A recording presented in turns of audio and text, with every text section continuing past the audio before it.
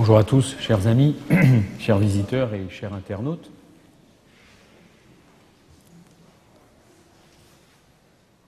Nous allons incliner la tête, si vous le voulez bien, pour une prière.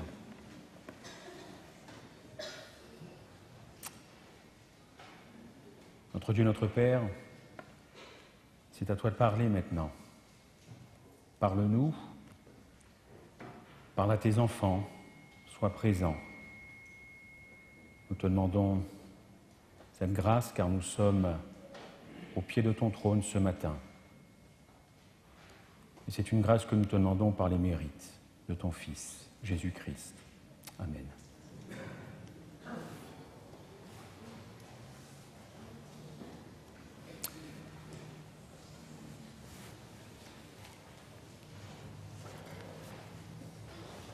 Saül était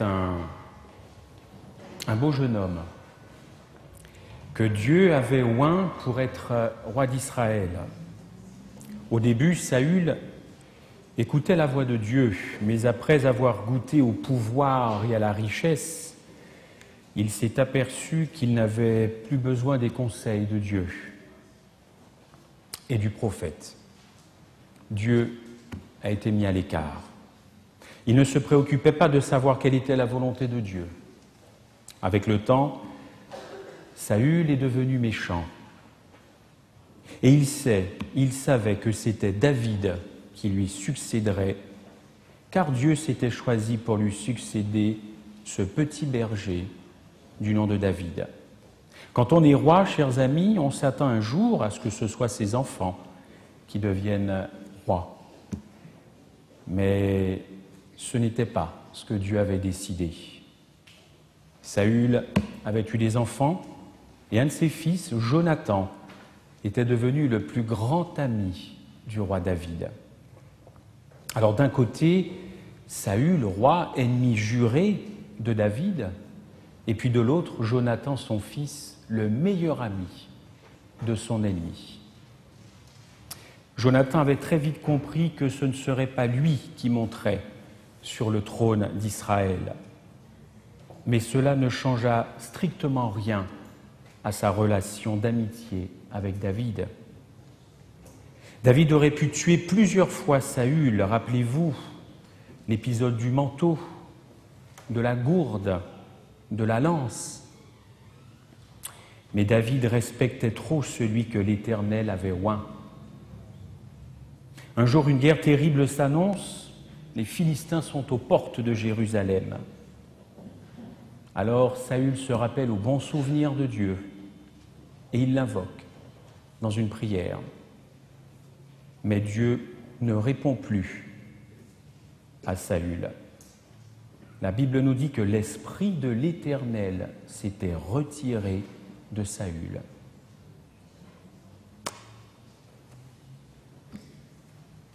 Les Philistins menacent. Saül part donc au combat vaincu. Et il mourut avec ses 3 fils dans cette guerre contre les Philistins. Il mourut avec 3 de ses fils, dont Jonathan. Le temps passa, David fut roi, comme Dieu l'avait dit, comme Dieu l'avait voulu. Vous connaissez cette histoire de David, grand roi d'Israël, qui préparait des plans pour construire le temple, mais nous savons par la parole que ce n'est pas lui qui a eu ce privilège. Alors le temps passe, le temps passe, le temps passe, et David se pose la question dans 2 Samuel 9, verset 1, « Reste-t-il encore quelqu'un de la maison de Saül ?» Reste-t-il encore quelqu'un de la maison de Saül ? En somme, Jonathan aurait-il eu une descendance? Alors on indiqua à David que oui, absolument, Jonathan a bien eu des enfants. Et il y en a un qui, en voulant fuir Jérusalem, puisque les Philistins étaient aux portes de la cité, en voulant fuir avec sa nourrice, eh bien il a fait une chute très grave.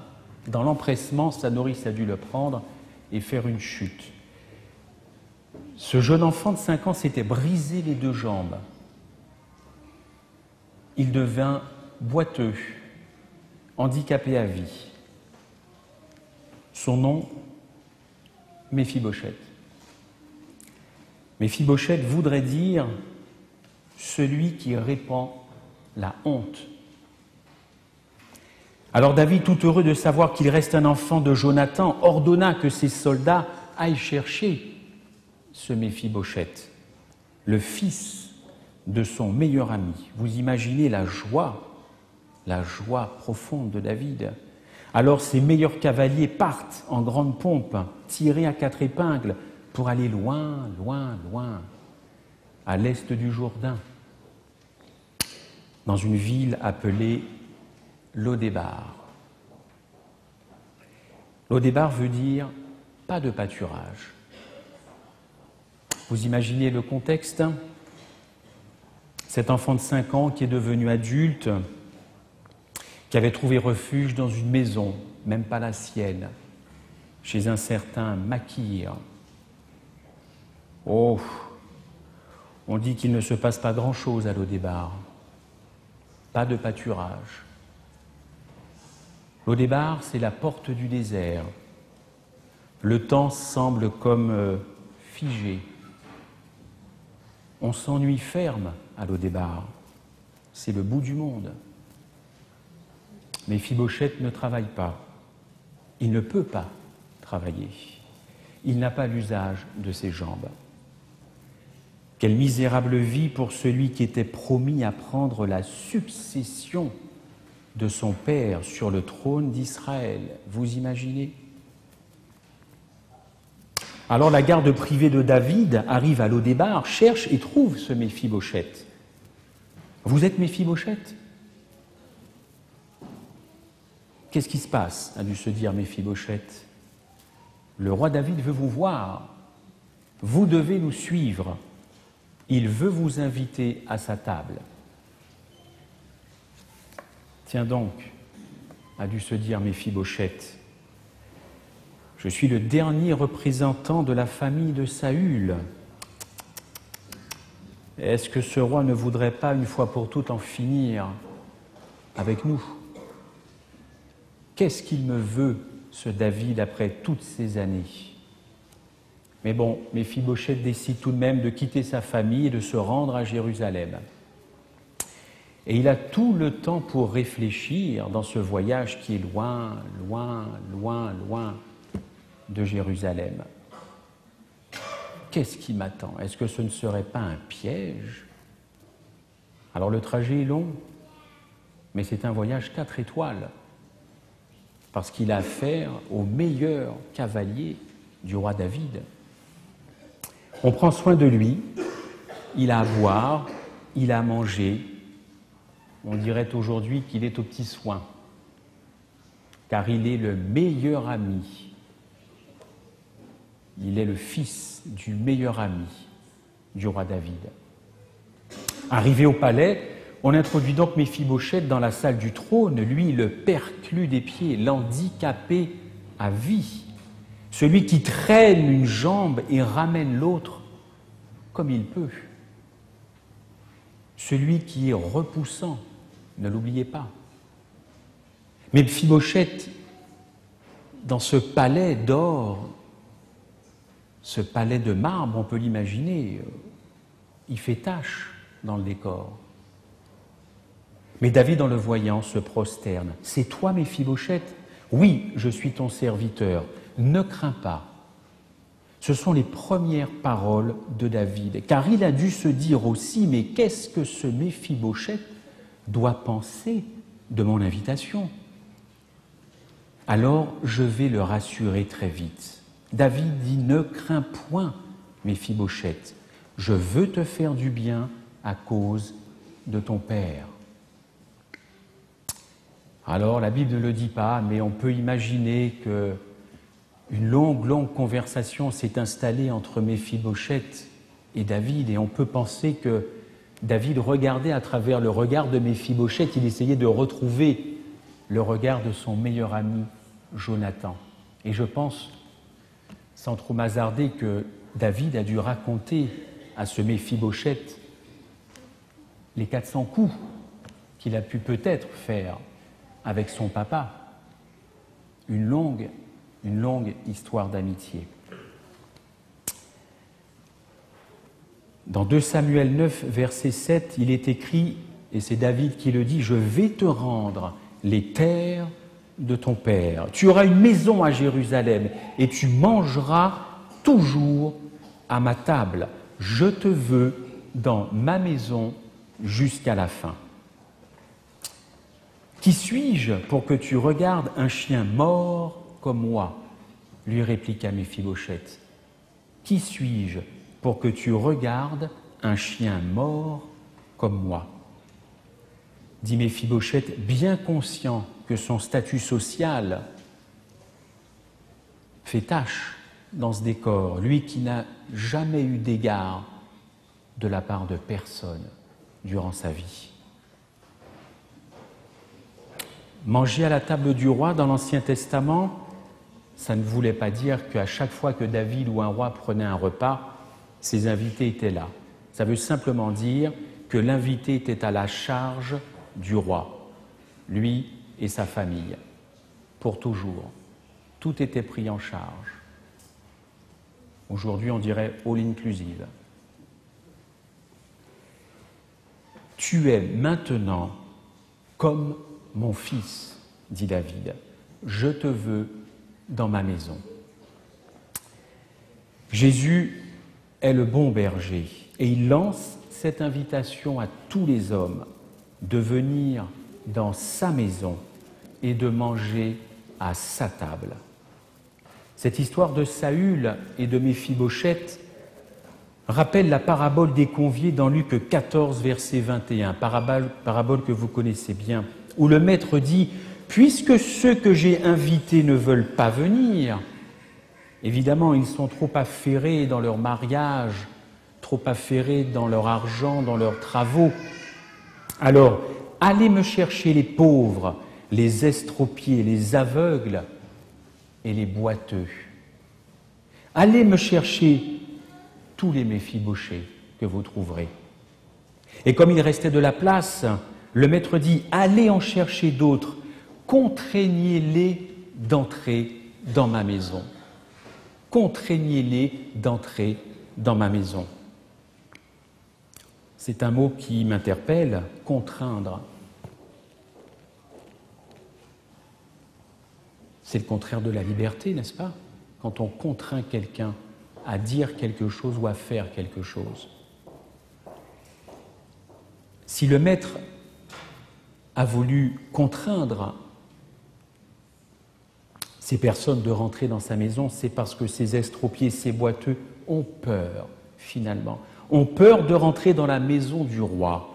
Ils sont méfiants. La vie les a abîmés, comme les Méphibosheth. Oui, l'invitation du maître fait peur. Qu'est-ce qui va se passer une fois que je serai dedans? Qu'est-ce qui se passera une fois que je serai dans l'Église? On va faire quoi de moi? Est-ce que je vais perdre mon argent? Est-ce qu'on va prendre mon temps? C'est qui le maître de l'Église?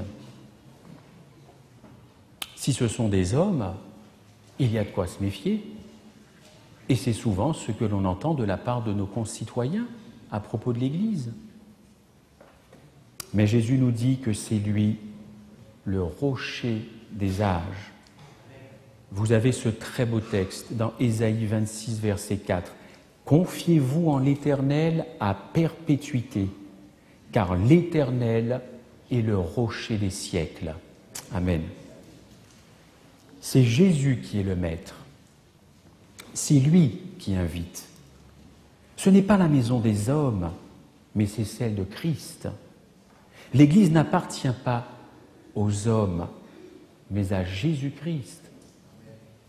Jésus-Christ est le fondateur de l'Église, et c'est lui qui mènera l'Église à son terme. Quelle assurance, chers amis, nous sommes dans de bonnes mains, celle du Christ. J'ai fait la connaissance d'une dame cette semaine. Elle donne son temps à une association ADRA. Elle donne de son temps et de sa bonne volonté. Alors j'étais présent, je lui ai demandé, mais madame, pourquoi vous engagez-vous dans cette association humanitaire? Qu'est-ce qui vous pousse à donner votre temps? Elle m'a confié qu'elle avait besoin de rencontrer du monde. Elle ne pouvait pas rester seule. Et vous savez, dans une conversation, vous sentez quand la personne en face de vous a quelque chose sur le cœur et qu'elle veut vous dire, même si elle ne vous connaît pas. Elle m'a confié qu'il y a 1 an, elle a perdu son fils. Ce jeune homme était promis à une très belle carrière professionnelle. Il était apprécié, il avait des amis, il faisait la fierté de sa famille. Il avait une vie sociale normale. Mais il y a une chose qui n'allait pas et qui l'a conduit à se pendre. Il était mal dans sa peau. Il avait 33 ans. Cette maman ne s'en remet toujours pas. Mal dans sa peau, comme ce Méphibosheth, perclus des pieds depuis l'âge de 5 ans, celui qui est repoussant, celui qui n'attire pas les regards, et qui un jour ne pouvait jamais s'imaginer qu'il se retrouverait à la table du roi pour la vie. Chers amis, qu'est-ce que le Christ n'a pas fait pour que tant d'êtres humains s'obstinent à refuser l'invitation d'être à sa table, dans sa maison? Qu'est-ce que le Christ fait encore dans ce temps de grâce? Dans Apocalypse 3, verset 7, voici ce que dit le Saint, le véritable, celui qui a la clé de David, celui qui ouvre et personne ne fermera. Plus loin, Apocalypse 3, j'ai mis devant toi une porte ouverte que personne ne peut fermer. Le Christ est celui qui ouvre les portes. Dans Marc 7, vous connaissez cette histoire. On amène à Jésus un sourd qui avait du mal à parler. Il le prend à part, Jésus, lui met les doigts dans les oreilles et lui touche avec sa langue et avec sa propre salive. Et le texte nous dit, il dit « Ephata, Ephata », ce qui veut dire « ouvre-toi ». Aussitôt ses oreilles s'ouvrirent et sa langue se délia. Vous savez, quand on a l'habitude d'entendre, on ne peut pas s'imaginer ce que c'est que d'être sourd. Mais la première voix que cet homme a entendue dans sa vie, c'est la voix de Jésus. Ses premiers mots adressés dans sa vie furent pour Jésus-Christ. Jésus est bien celui qui ouvre la porte de nos oreilles. Pourquoi ? Eh bien, pour entendre son appel.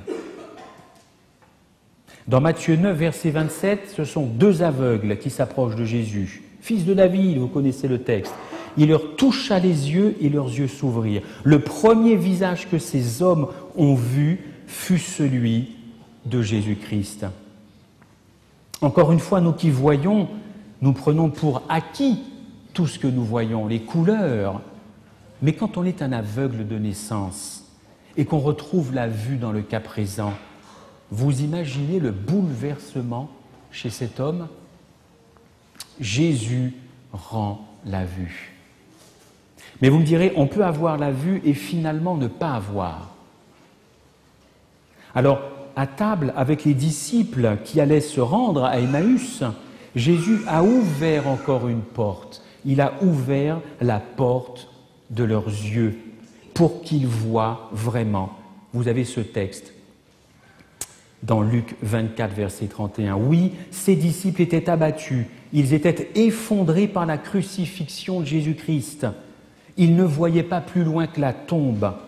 Jésus rompit le pain et leurs yeux s'ouvrirent, car ils étaient incrédules au fond. Jésus a attendu d'être à table pour leur ouvrir leurs yeux. Et toujours dans ce même chapitre, le Christ a ouvert sa parole. Toujours Luc 24, verset 27. En chemin, cette fois-ci, chronologiquement un petit peu avant, le Christ a ouvert sa propre parole. Le texte nous dit, il leur expliqua dans toutes les Écritures ce qui le concernait. Je voudrais qu'on s'arrête 5 secondes sur ce texte. Vous avez clairement dans ce passage une étude biblique donnée par Jésus, sur Jésus, avec les commentaires de Jésus. Je pense qu'on paierait cher pour avoir les enregistrements. Une étude biblique de Jésus, sur Jésus, avec les commentaires de Jésus, à des gens qui connaissaient très bien les Écritures, l'Ancien Testament. Jésus ouvre sa parole. Qui mieux que lui peut parler de sa parole? Il est la parole incarnée. Pourtant, les 2 disciples, comme je vous le disais, connaissaient bien les Écritures, mais, Dieu prend soin d'ouvrir sa parole. Il nous a donné la grâce d'ouvrir sa parole pour qu'on prenne plaisir à ouvrir ce livre. Toujours à cette même table, et comme si les yeux, les oreilles et la parole ne suffisaient pas, Jésus fit encore quelque chose au verset 44. Il ouvrit encore une porte, celle de l'Esprit, afin qu'il comprisse les Écritures. Nous devons, chers amis, supplier le Christ nuit et jour de nous ouvrir l'Esprit pour qu'on comprenne sa parole.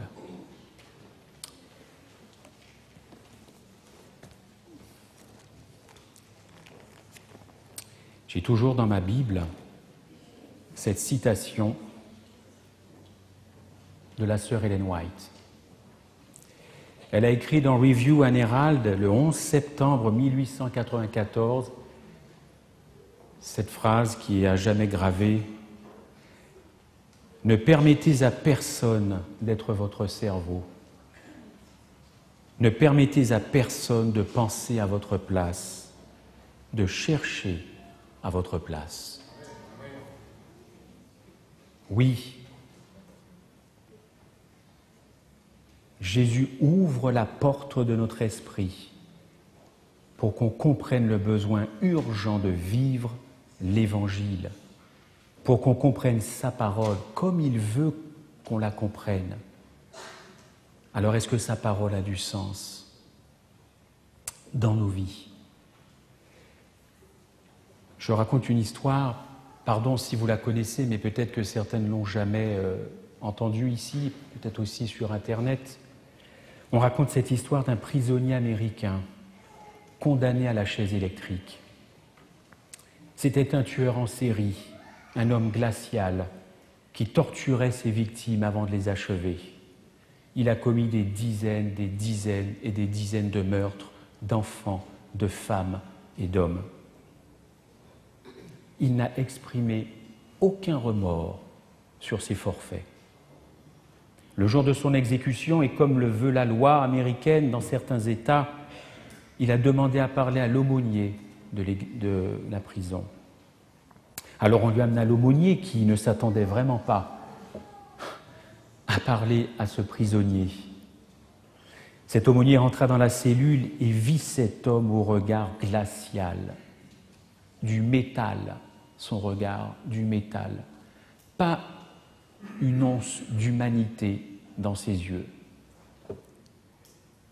Le tueur, le condamné à mort, lui dit « Vous avez 5 minutes pour me parler de l'amour de votre Dieu. » Alors l'aumônier, un peu surpris, un peu décontenancé, lui parla de Jésus, de son ministère sur terre, du bien qu'il a fait, des miracles, des guérisons, et le temps passe, et le condamné à mort, stop, l'aumônier lui dit « Il vous reste 3 minutes pour me parler de l'amour de votre Dieu. » Alors l'aumônier enchaîne, continua de lui parler du sacrifice de Jésus sur la croix, de la passion à Jérusalem, de ce que cela signifie, de sa résurrection, du tombeau vide, de son ascension.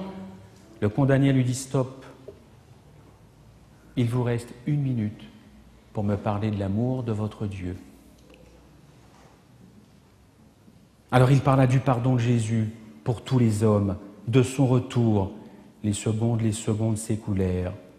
Les gardes, les matons, comme on dit, entrèrent dans la cellule et mirent fin à cela. Le prisonnier se leva, on lui mit les chaînes aux pieds. Il sortit de la cellule et juste avant de sortir de cette cellule pour rejoindre la salle d'exécution, regarda une dernière fois cet aumônier dans les yeux et lui dit « Je suis perdu ». Quelques minutes plus tard, cet homme fut exécuté sur la chaise électrique. L'aumônier, lui, rentra chez lui, remué par les minutes qu'il venait de vivre dans cette cellule. Et en passant devant un miroir dans l'entrée de sa maison, il se regarda et dit à voix haute « J'ai échoué ». Chers amis, chers frères et sœurs, nos vies sont faites de succès et d'échecs. Il n'y a pas une chose que le Christ ne connaisse pas de nous et qu'il n'ait pas lui aussi éprouvé dans la chair, hormis de péché, évidemment. Seulement après avoir ouvert les yeux, les oreilles, l'esprit, il est écrit dans la parole de Dieu, dans Hébreux 10, verset 19, « Ainsi donc, mes frères, puisque nous avons au moyen du sang de Jésus une entrée libre dans le sanctuaire par la route nouvelle et vivante qu'il a inaugurée pour nous au travers du voile, c'est-à-dire de sa chair. » Oui, chers amis, nous avons une entrée libre dans le sanctuaire. Jésus lui-même a ouvert la porte du ciel. Et grâce à lui, nous avons cette entrée libre dans le lieu très saint où se joue actuellement la destinée des individus pour la vie éternelle ou pour la mort éternelle. Comme les fils et filles de Dieu que nous sommes appelés à être réhabilités, pas seulement pardonnés, mais réhabilités. Comment vivons-nous donc cette intercession de Jésus-Christ au quotidien dans notre vie? Est-ce purement doctrinal ou est-ce expérimental? Est-ce que ce que Jésus accomplit en ce moment, ce sabbat matin, à l'heure où je vous parle, est-ce que cela a un impact dans ma vie de chrétien, d'adventiste, du 7e jour? Est-ce que je suis soucieux de ne pas blesser Jésus-Christ? Quel est mon attachement à cette intercession? Jésus a aussi ouvert une autre porte, celle de la mort. Il a vaincu le tombeau. Mais il reste une porte à ouvrir. Chers amis, c'est peut-être la plus importante. Apocalypse 3, verset 20, si vous voulez bien prendre ce texte. Apocalypse 3, verset 20.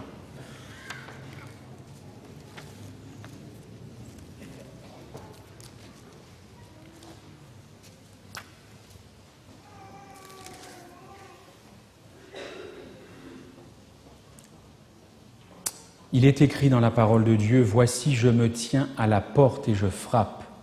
Si quelqu'un entend ma voix et ouvre la porte, j'entrerai chez lui, je souperai avec lui et lui avec moi. » Vous connaissez, je n'en doute pas, par cœur ce texte.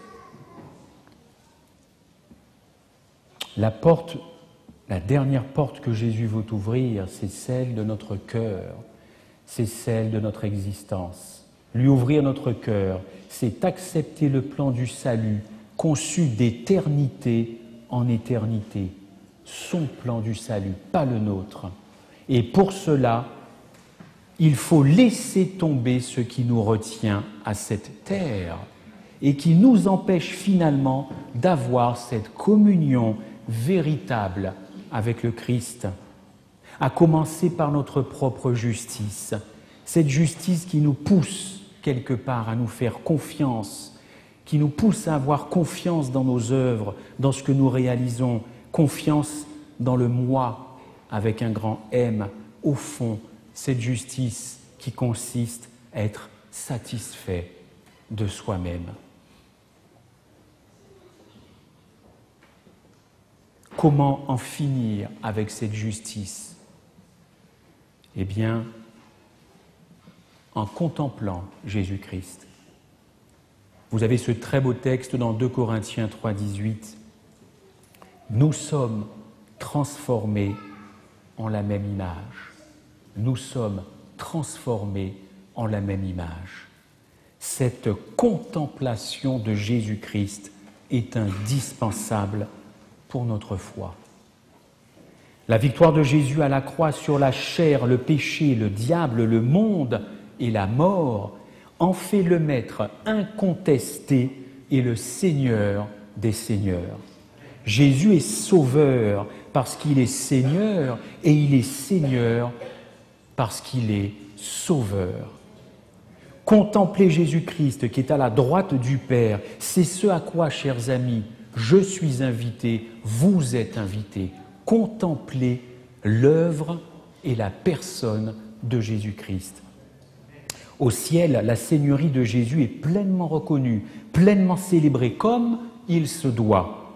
La question, et je me la pose en premier, Christophe, jusqu'où cette réalité de la Seigneurie de Jésus influence ma vie quotidienne d'enfant de Dieu? Et cette contemplation n'est pas faite d'une façon extatique, béate, pas du tout.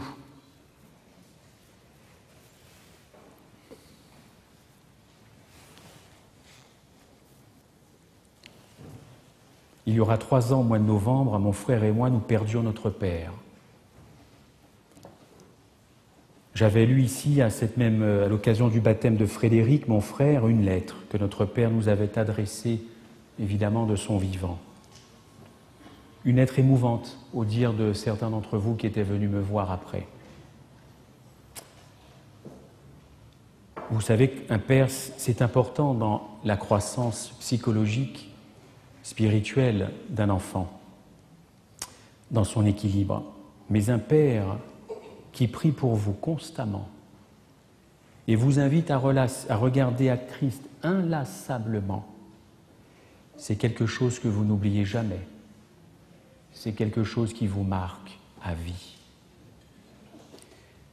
Nous n'étions pas présents quand notre Père s'est endormi en Christ. Mais je pense que ses derniers regards ont été pour Jésus-Christ son Sauveur. Cette contemplation qui transforme un homme et une femme.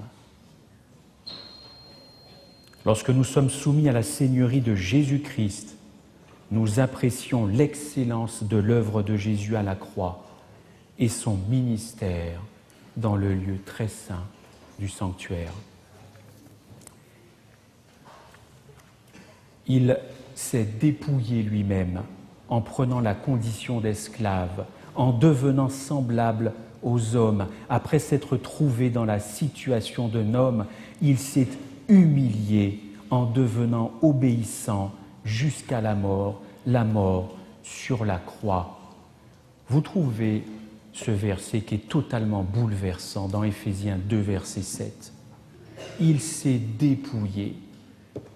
Le Christ n'a rien gardé de sa gloire pour venir nous chercher dans l'état où nous étions. Jésus a quitté son égalité avec Dieu et a accepté de renoncer le temps de son incarnation aux prérogatives de sa divinité toute puissante, quitter le ciel pour venir dans la boue,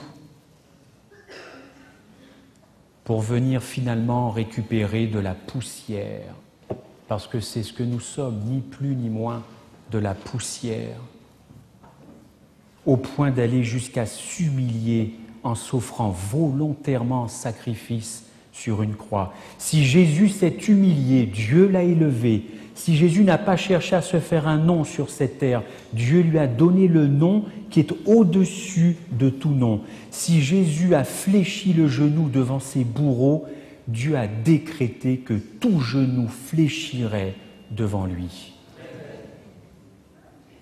le Christ a pris sur lui la vie de Méphibosheth. Il a pris sur lui la condition de perclus des pieds, sa condition de vie misérable à Lo-Débar.